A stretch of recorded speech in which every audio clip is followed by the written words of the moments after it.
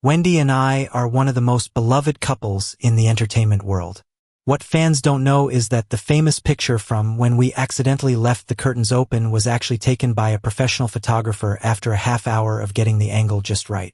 5 years into our contractual marriage, Wendy asked how we should mark our anniversary this year. I joked, let's announce a divorce. Wendy and I signed up for a couples reality show. They offered so much money, it'd be a crime not to take it. In a backstage interview, they tested our couple's chemistry, asking how we fell for each other. We simultaneously shouted, "Familiarity breeds fondness. Love at first sight." Wendy lowered her head, giggled shyly, and explained, "Freshman welcome party, he sang on stage, and I asked for his contact info. Liked him ever since." Afterwards, I asked her, "Was that true?" She looped her arm through mine and whispered, "Not at all, we didn't even run in the same circles." Mark, smile. Fans are taking pictures on your left. I flashed a grin and leaned closer to Wendy. Pretending to talk to me, she covered my left side because my double eyelid tape was coming undone. We paused under the dim, warm light. Wrapped in a warm orange glow, Wendy looked down at me, her smile full of playful affection. Our foreheads almost touched as she tried to press down the visible edge of the eyelid tape. In Wendy's amber eyes, I saw my reflection. "It's a good shot," she said. "We should buy a couple of trending topics later. Why can't you fix it? Should I pay for a permanent one? I've already had it done. Forgot about that." I casually leaned against a street lamp, chuckled at her words, and suddenly felt like smoking.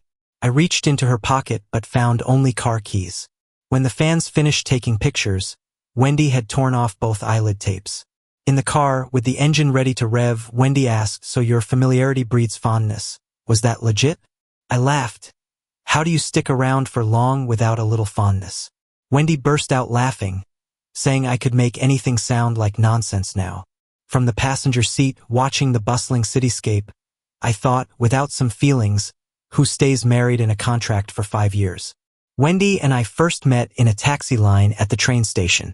I was about to haggle with a cab driver when Wendy appeared with her guitar, asking, "Want to share a ride?"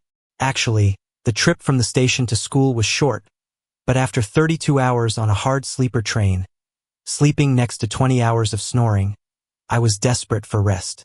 The driver played Wendy's favorite song, and she hummed along, not hitting a single note right. Her singing somehow lulled me to sleep. I woke up leaning on her shoulder. As I lifted my head, Wendy tilted hers and looked at me. She wore a lake blue t-shirt, her hair curled under her baseball cap, her skin light, and eyes slightly upturned. There was something indescribably attractive about her. Up close, I noticed a tiny mole on her nose. My heart skipped a beat then. Wendy's voice was clear and cool. She said, "You've got some serious drool there." In that instant, reality stung, and my embarrassment grew. I quickly got out and insisted on paying. "Let me cover it, we're classmates after all." If I had known, I wouldn't have shared the ride. I did sing at that freshman event. The drill instructor motivated us by saying we could rest 10 more minutes if we performed. After I sang, my roommate William nudged me. "Mark, the girls were starry-eyed during your performance. No wonder you're top of the department." I chuckled modestly, tugging my hat lower, hiding under the shade. Some dust suddenly irritated my eyes, clouding my vision. William, while searching for tissues, suddenly exclaimed, "Check out that beauty." After rubbing my eyes for some time, I squinted in the direction he pointed.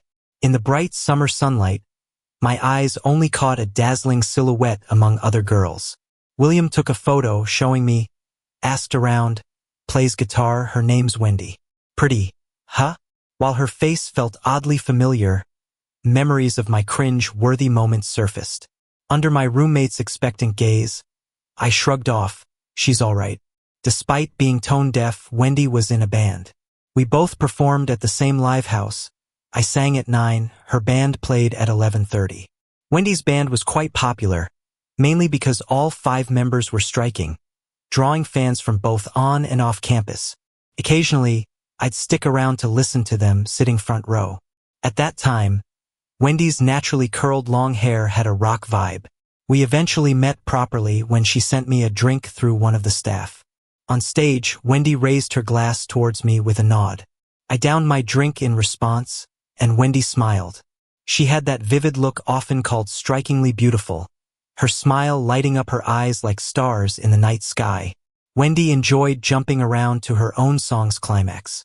While the restrooms in such venues were generally unisex, Wendy caught me washing up.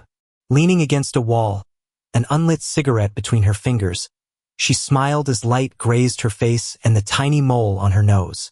"You're Mark, right? You sing well. Want to exchange numbers?" she asked. By then, it had been over a year since our first meeting. Online, our chats were infrequent. A simple "what time are you performing today?"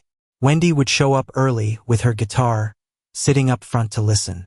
Back then, my repertoire focused on pop and ballads, not exactly the liveliest. Wendy would wave balloons from the venue at me, like she was either my biggest fan or my biggest critic. Our relationship was of mutual admiration. She loved my singing, and I thought her songwriting was genius. Privately, we'd barely nod in acknowledgement. Wendy's band rotated through two lead singers.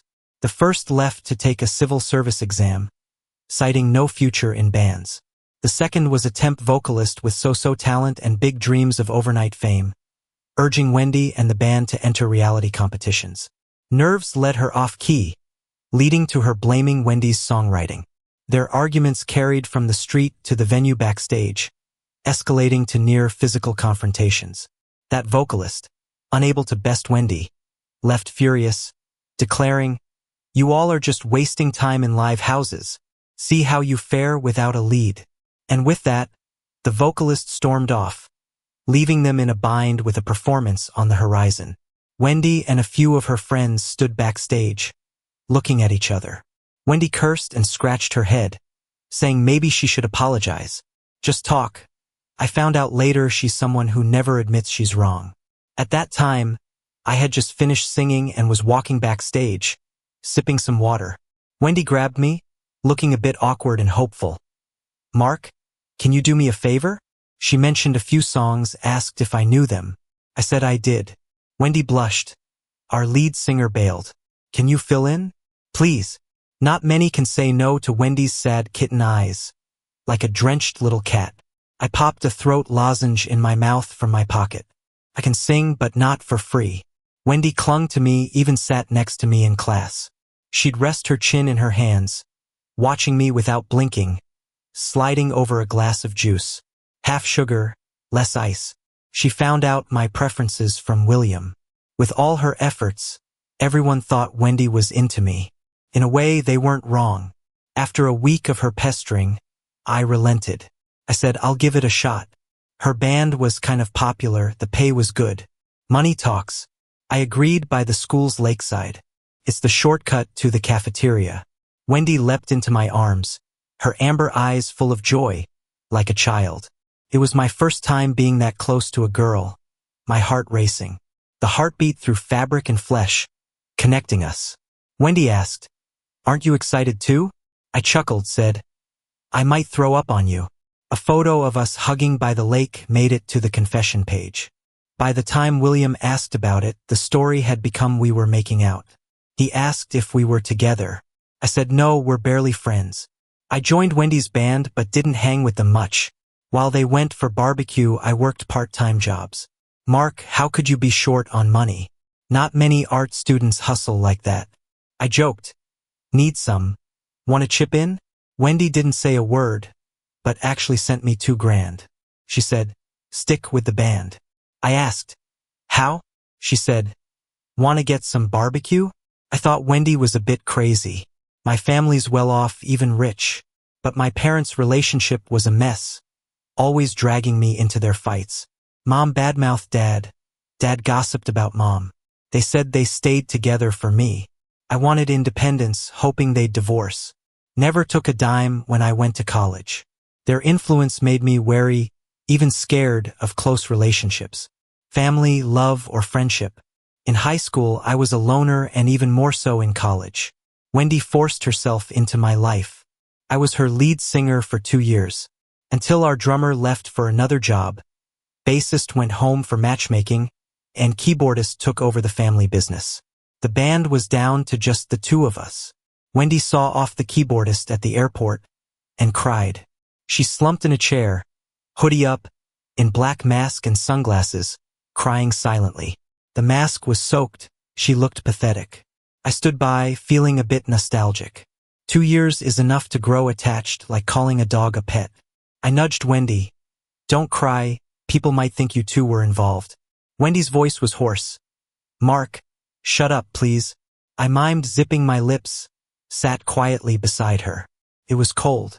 Ice hung from the trees outside the airport. I fiddled with my gloves, putting them on and off, until Wendy finally spoke. She was hiccuping, trying to sound nonchalant. It's senior year, what's next for you? I said, teaching license. Wendy was momentarily speechless, her gaze accusing. You'll all leave, I'll run the band alone. I'll sing myself. That'd be painful to the ears. I laughed, fogging the air. Kidding, we'll figure it out together. Wendy's an idealistic hardhead, while I'm a self-serving realist. That was my first time bowing to dreamland. In senior year, things shifted between Wendy and me. My parents finally split, heading off with their lovers. I stayed at school for Spring Festival, bought up all the rice balls and milk at the 24-hour store near campus. I was eating there when a tapping came on the window. Wendy stood outside, in a black wool coat, white scarf covering half her face. Her smile visible through her eyes' curve. Outside was festive. Wendy tugged her scarf down, mouthed, Small world. Huh? We left just as the store was closing, into the bright but deserted street. Only then did loneliness hit, and I blankly asked Wendy, "Where to?" Wendy pinched my cheek. "Stop looking so glum, let's go drink." She didn't hold back, pinching me like dough. My cheek turned red. I kicked Wendy's knee. She nearly romantically knelt. There was only one bar nearby open, full of young people. Wendy had 2 drinks, her inspiration flowed. No matter the noise, she was in her own zone. I didn't feel like dancing, just watched her write. One line stuck with me. Roses blooming in the lush excess. After she wrote that, she turned to look at me, eyes shining under the dim lights like gems. She didn't expect me to be so close by. Our eyes met. Wendy looked a bit dazed. That's when the bar's fog machine went off, amid cheers and whoops. Wendy smirked, said, "Mark, you're quite the looker. I got subtle looks, need the right vibe to show." Wendy's looks are striking, obvious. She asked, "Want a kiss?" What happened next was natural. Afterwards, we lay half naked on the bed, all clean. Only one cigarette left. We took turns. Through the smoke, I nudged Wendy with my knee. The first time, I didn't do well at all. Pretty average, all show no substance. Wendy put out her cigarette, flipped over, and pinned me down like a predator. She bit my lower lip fiercely, her teeth grazing the soft flesh, then soothed it with a lick. "How about another go?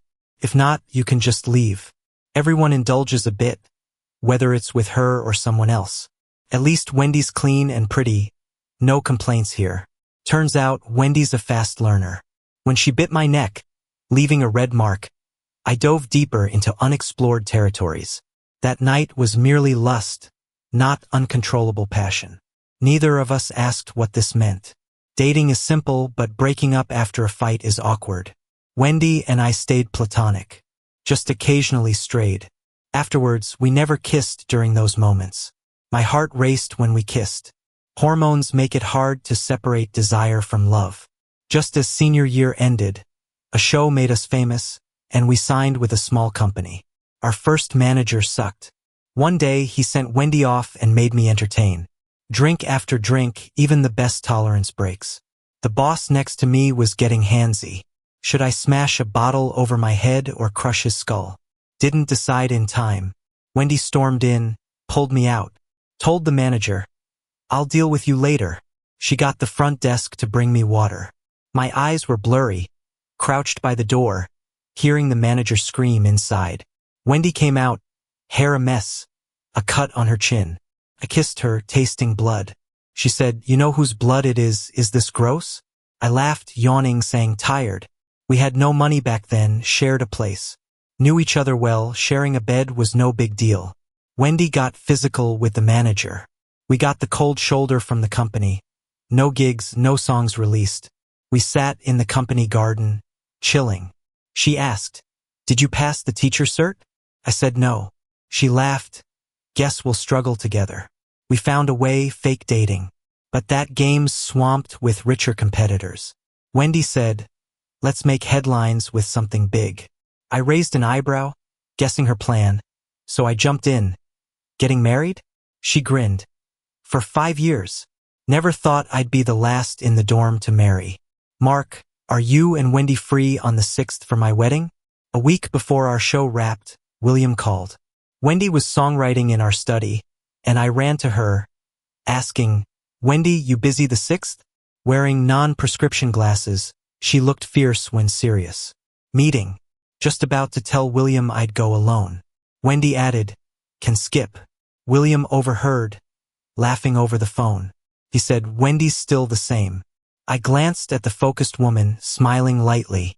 Wendy's ear twitched. Irritated, I interrupted her call. "Hope we're as affectionate 5 years into marriage as you." Saw the sweet pics all over social media, even in public. I straightened my face, biting my tongue in silence. Can't exactly say we could fake it sweet for years. Only our manager knows the truth about our contract marriage. Not even our parents. William kept chatting, saying he always suspected Wendy liked me. I retrieved our pristine marriage contract from the safe. Wendy's dynamic signature on the last page. 5 years almost up. William's wedding wasn't grand but warm. After mingling, the lights dimmed, and a music video began, chronicling William and his wife's love story. As the bride appeared in a white dress, tears filled many eyes, except mine and Wendy's, toes curling, biting chopsticks, because they were playing Wendy's love song.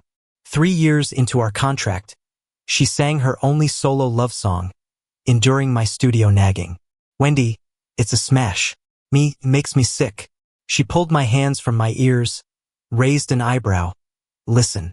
Under knowing gazes, Wendy said, "Hear my love song to you. Be appropriate."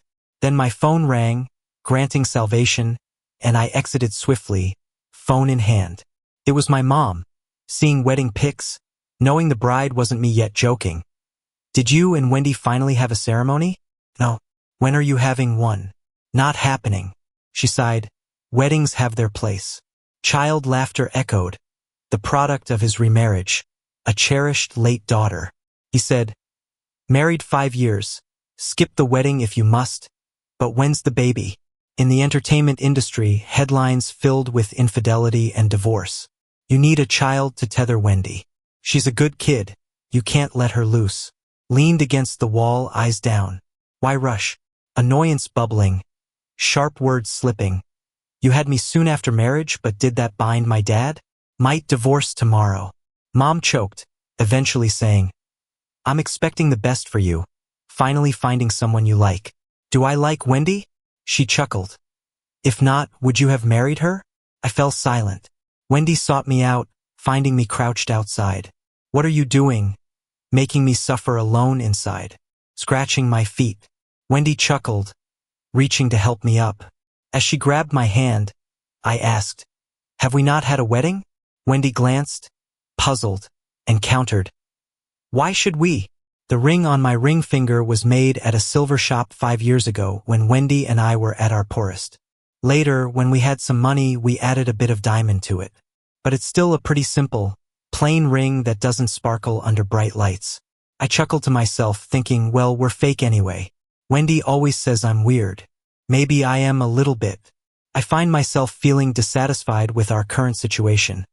All because of one thing my mom said. She said I actually like Wendy. But Wendy and I were both pessimists when it comes to marriage and love.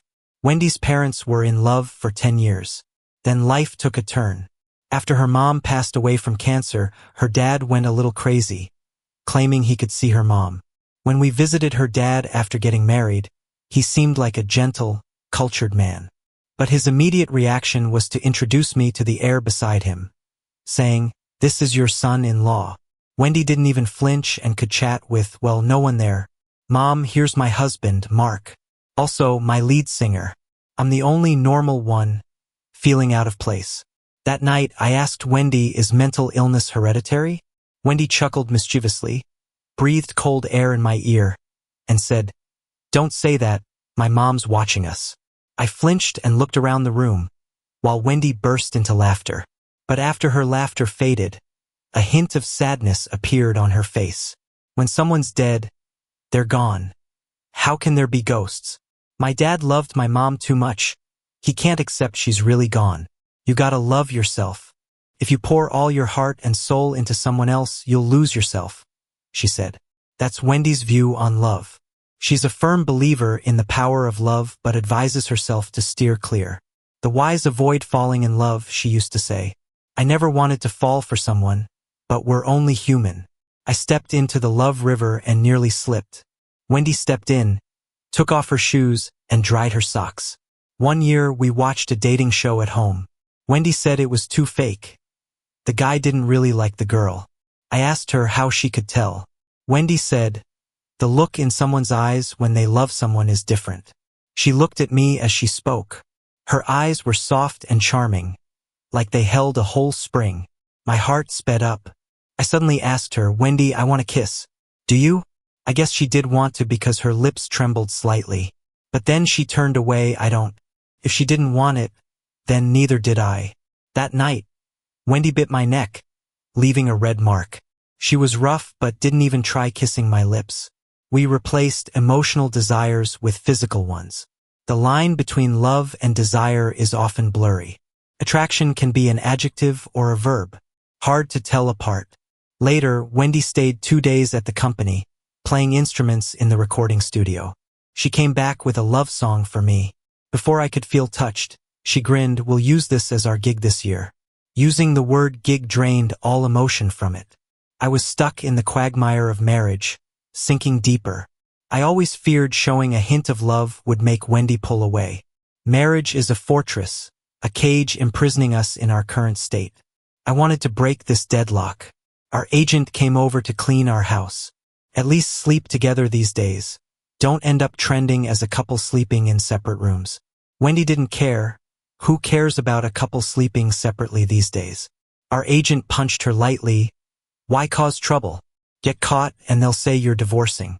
Wendy was about to say something, but I suddenly spoke up. Then let's divorce. The air in the car froze. He chuckled awkwardly. "Mark, don't say scary things." But I was serious. Our agreement was for 5 years. It's up. It was fake all along. It can't last forever. Wendy blinked, seeming to explore my words for a hint of jest. Even the driver honked gently. As we passed a billboard, a flash of white light showed my serious face clearly. Wendy said, "What's wrong with pretending forever?" I replied coolly, "Forever's too long." "Wendy, I can't play pretend with you forever." He dropped us off at the neighborhood gate, making a sharp turn towards the company. "No need to tidy your place. I can get gone once I pack." Leaving us those words and a puff of exhaust, I folded my coat around me, hugged my arms, and walked home. Wendy followed behind. "We still have that couple show to shoot." "Then shoot it. We can show a breakup on the show. It'll seem natural." "We're not shooting goodbye, my love." "Good idea. We can make some easy cash." "You're a genius." Wendy's footsteps stopped, and she turned away, heading off somewhere alone. At 2:30 a.m., just as I was about to sleep, my phone vibrated. Wendy had sent a bunch of messages. "Wendy, what happens to our band after the divorce? Are we breaking up?" "Mark, business as usual. Divorced but still teammates." "Wendy, will fans mind?" "Mark, we got famous for our music. You keep writing, I keep singing. Isn't that enough?" Suddenly wide awake, I got out of bed. Outside it was dark. A few houses still had lights on. I played with a lighter on the balcony and glanced down to see Wendy standing in the yard. Busy typing on her phone, the stray cat we saved was eating at her feet. Judging by its size, the cat likely had fatty liver disease. I called out, "Wendy." Wendy looked up. She reflexively smiled but quickly put on a stern face. I've always said she could look severe, nearly frightening. Wendy said, Come down. Why so harsh? Divorce talk? I can still laugh at this. I curled my lips into a cold smile, not going down. Wendy, didn't you say we're in a fake marriage? Why can't I laugh? I watched Wendy's face go through all sorts of emotions. If there was a ladder, I thought she might have climbed up to hit me. Instead, she stormed up with the coldness of the night. Mark, have you fallen for someone else? She asked. The question had a double meaning. I didn't understand but was honest. Yes. Before I finished speaking, Wendy suddenly wrapped her arms around my neck and pressed against the corner of my mouth. She was so forceful, her teeth caught my lip, and the taste of blood filled my mouth. I let out a hiss, piercing her exploring tongue. Wendy's brows furrowed, her breath turning heavy. Despite the pain, she kissed me even more fiercely. For a while, both of us were flushed and breathing heavily as we let each other go. I covered my eyes, laughing awkwardly. We can't do this, it's kind of cheating. Wendy, however, took my hand, shook it, and asked sadly, can we not get divorced? That soft plea made my heart race. Why don't you want a divorce? Besides upsetting fans or the new show we just started, what's the reason? I opened my eyes, looking straight at her. Is it me? Wendy, have you fallen for me? Wendy gulped, slowly unclasping my hand and avoiding my gaze. I felt a real sense of withdrawal. The chill of late autumn crept in through the door. I said, if you don't like it, just forget it. Saves me the trouble of being accused of cheating when I find someone I love later. I said, I want to have a real relationship. Wendy, see me as a normal person. Wendy made a quick exit. She didn't give me a definite answer, just left a good. I couldn't tell if she meant good for divorce or good for dating. After I had someone clean the whole house, the agent kicked Wendy back home. He was fuming that brat even drank with me and ended up on trending news. If I wasn't watching, you two wouldn't be on the show tomorrow. I watched Wendy clutching her butt, pretending to be dead on the couch. I didn't spare her another glance, just told the agent to sit down. Actually, the divorce agreement was ready 5 years ago. I had printed it out just before they came over and handed it over. This is the divorce agreement. Have a look. I made some changes from the original 5-year plan. Wendy snapped out of it, sprang up, and snatched the agreement. She angrily flipped through several pages, listing a bunch of complaints. I'll take the house. Fine. I'll take the car too. I was surprised. Didn't you think it was too flashy? I sort of like it. Wendy gritted her teeth and nodded. I like it. Fine, you can have it. Wendy kept asking for things until I agreed to almost everything, even if it was a ridiculous request like an extra leg for the couch. Then she suddenly said, I want Lucky too. Lucky was our rescued fat cat, but since Wendy's allergic to cat fur, we had to keep it outside. I disagreed, no way. Wendy's eyes lit up. Then I won't agree to divorce. I want Lucky. I felt Wendy was just causing trouble. Wendy gave the show crew quite a surprise. Because of us fighting over Lucky, things escalated before the agent left, and I had my hands on Wendy's neck as she fell onto the couch. I was straddling her waist, my expression chilling. Tell me, what else do you want? Your life? Wendy turned her head stiffly, blushing fiercely, causing a change underneath me. I felt a twitch. Wendy wiggled her hips, asking me to move off. Her voice was tense. Why you move? Mark, you're such a brute. Don't you feel anything? I stared at her. I felt like, that day, I embarrassingly ran back to my room, locking the door behind me. She might be upset with me. The next day, she cranked up the floor heating, strutting around half naked before me. Wendy's physique was impressive. She had trained hard at the gym. Her long, slim white legs swayed before my eyes. Wendy flaunted, Mark, divorced, someone with a good figure and decent character like me is hard to find. I answered with a deadpan face, 2-legged frogs are hard to find, but there are plenty of women with good figures. She covered her chest with a flourish. Are you insulting me? I patted her head. I'm praising you, saying you have a great figure. Just as Wendy was about to retaliate, the doorbell rang. I thought it was the delivery, but when I opened the door, a camera lens was staring back at me. A text message arrived late on my phone. from the agent saying the show had live broadcasts, and the crew was on their way. It was too late. They were already here. The crew with their wide grins peeked inside, not saying a word. Wendy, sweaty and with a towel over her head, padded across with a scowl. Her words halted as she realized she was partially exposed. The cameras reverently captured a full shot of her from head to toe. The director, sincerely curious, asked, "Is Wendy always like this at home? Not wearing anything?" She apologized. "Did we come at a bad time? Can we shoot this?" I grabbed Wendy, pushing her back to our room. 3 seconds. Get dressed. We're going live. Okay? We hid in the room and opened the live stream. The comments were already going wild. "I love these surprise visits. And real couples are this wild. Am I supposed to be seeing this? I'm a VIP. I paid for this." Wendy sat on the bed, silent like a child caught in wrongdoing, dressing up. One layer wasn't enough. She put a thin hoodie over her long-sleeve shirt. I sarcastically remarked, "You've taken your first step into the spotlight." She glanced at me, pursed her lips, then leaned over and whispered, a teasing lilt in her voice, "You know a good thing and you still don't cherish it?" What was she hinting at? After packing our things in the house, we headed to the villa arranged by the show. By the time we arrived, the 2 other guest couples were already there, a pair of middle-aged actors famous for their loving relationship and a high-profile current couple. Wendy and I were sort of middle ground, neither here nor there in terms of couple fame. Once rooms were chosen, everyone gathered in the living room to divide chores, who cooks, who shops, who does housework. Basically, it was an excuse for everyone to show off. Popular actress Carrie was particularly sociable, quickly chatting with everyone. She occasionally shared affectionate glances with her partner, playfully messing with his hair. They didn't even call each other by name, just baby. I felt my teeth ache from all the sweetness when Wendy softly called baby. I covered the recording device and asked her if she had a death wish.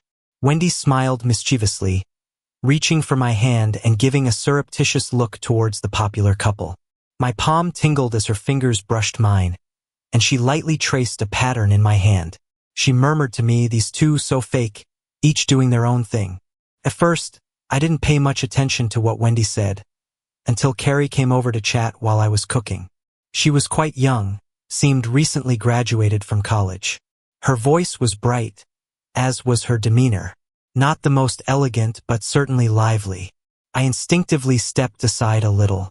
Doing a live broadcast is nerve-wracking. You're scared of getting hate. But some surprises are just unavoidable. Carrie had just finished washing veggies. Her hands were wet and some water dripped into the hot oil, causing it to splatter onto the back of my hand. I hissed from the burn. Carrie freaked out, grabbing my sleeve, dragging me to the sink to cool it off. I frowned slightly, about to pull my hand away when Carrie, exasperated, said, "Didn't think the first time alone with my idol, I'd end up burning them." My mouth twitched at idol. Carrie's eyes lit up. "Yeah. My favorite songs in college were yours." Like, out of nowhere, Wendy popped up behind us with a sly "Oh, fan meet and greet?" She smirked. "Why didn't you bring me along?" Carrie dropped my hand and greeted Wendy. "You were resting upstairs. Didn't want to disturb you." "You've got some sense," Wendy replied, taking my dripping hand into hers dramatically, blowing on it. "So careless. It hurts my heart to see you burned." I couldn't even look at Carrie, my lips trembling, nearly letting out a curse. Live streams can't go on 24/7. But Wendy calling me honey was enough for folks to talk about for a full day. It's like something got into her.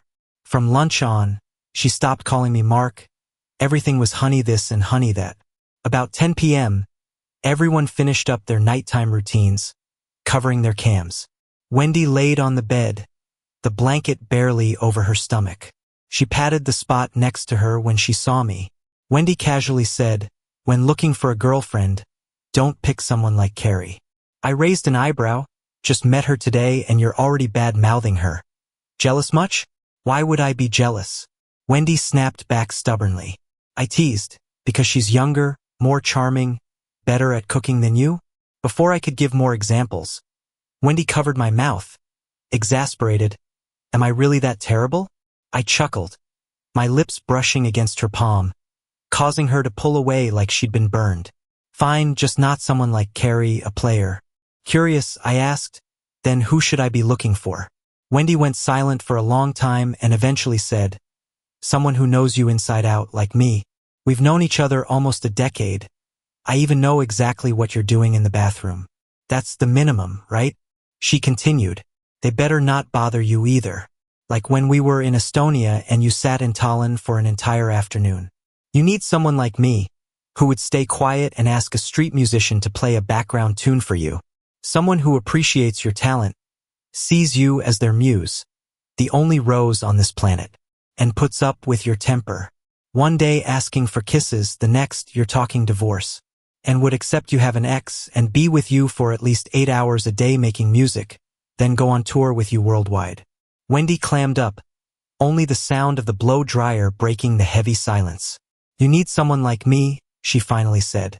My heart ached, reaching its peak when Wendy's tears hit the back of my neck. I thought, Wendy's head over heels for me. If you confess right now, I'll stay by your side forever. Turning to face her, sincerity burning in my eyes. Wendy's lips moved, the words caught in her throat, unable to commit. Mark, I love, but she couldn't finish the sentence. She sat defeatist beside me, eyes welling with struggle and silent pleading. Do we really need to say it, Mark, I interrupted, shouting for the first time, what good is knowing? I don't say it, you don't say it. In the end, we're just deceiving ourselves saying, yes, we're truly in love. There's too much between us, bandmates, friends, even family. In the 5 years I was with Wendy, I almost never cried.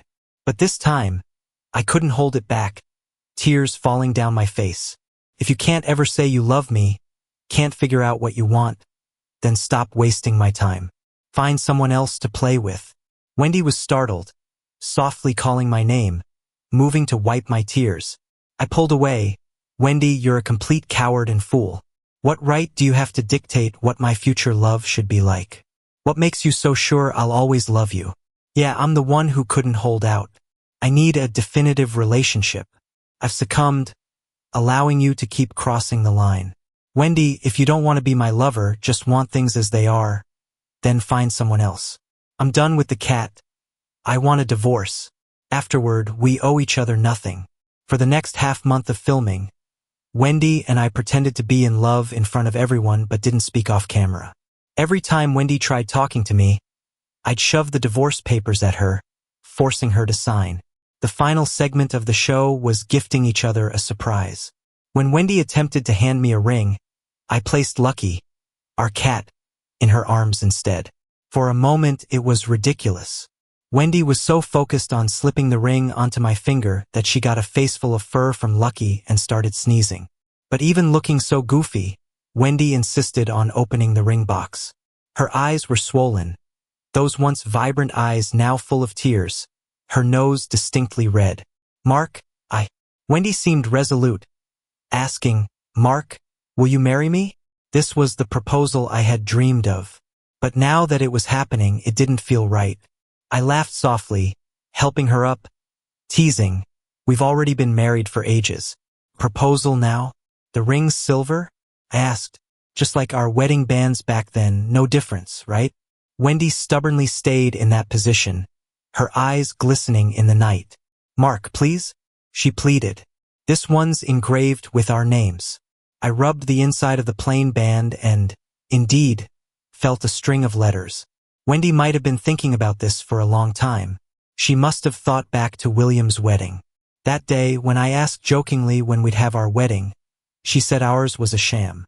She thought I wanted applause from a big crowd, but all I was asking for was a few sincere words.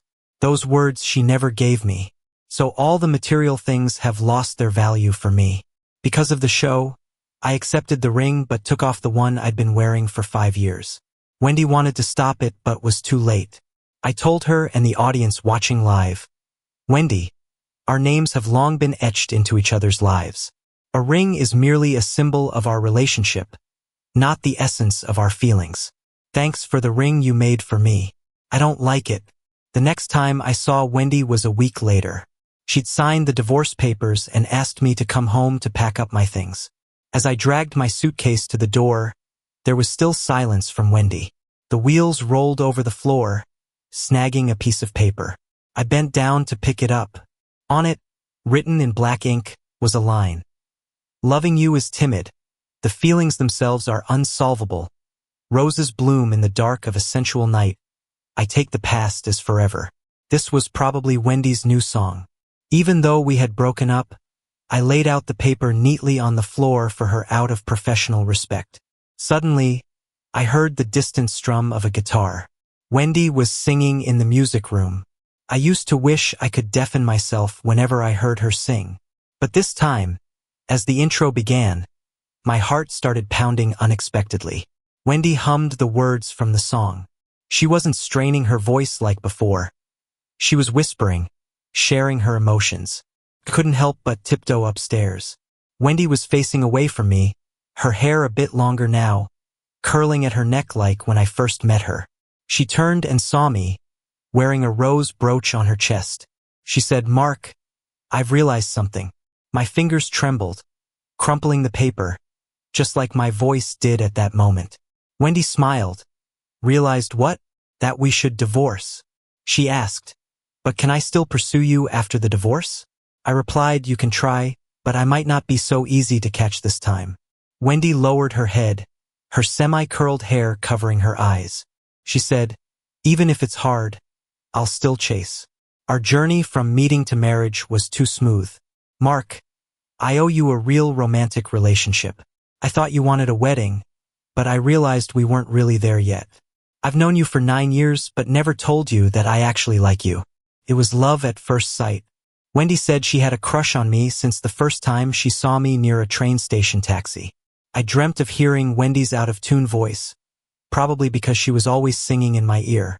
At our school's welcome party, when she passed me by as I sang, her teacher said, "There's a guy who sings pretty well. Why don't we take a break?" Under the scorching sun, she listened to my whole song and only then realized I was the guy who once criticized her singing. But that love at first sight didn't compel her to do everything it took to be together. Wendy said her dad was too passionate, as if that kind of love was the only real love. Knowing my family situation, she feared she couldn't love me that fiercely. Fame was just an excuse for teenagers to get close. The reason I always managed to find a spot in the front row to hear her band was because Wendy had arranged it with the boss. She told him, "If Mark wants to hear me sing, let him sit there." When the boss asked why, Wendy said, "Because from there I can spot him immediately." What I thought were coincidences were actually Wendy's efforts behind the scenes. She once rushed to see me after we became intimate, but overheard me saying, "Just teammates. No way I'm her boyfriend." Wendy hesitated. She thought teammates would last longer than lovers. Everything that followed unfolded like a story. She got used to backing off and accustomed to the status quo, becoming the one who wouldn't move forward. I said, "Then this time, no more escaping. Let's be together as lovers, not bound by marital benefits." Wendy agreed. Our divorce made headlines when our photos at the civil office got snapped.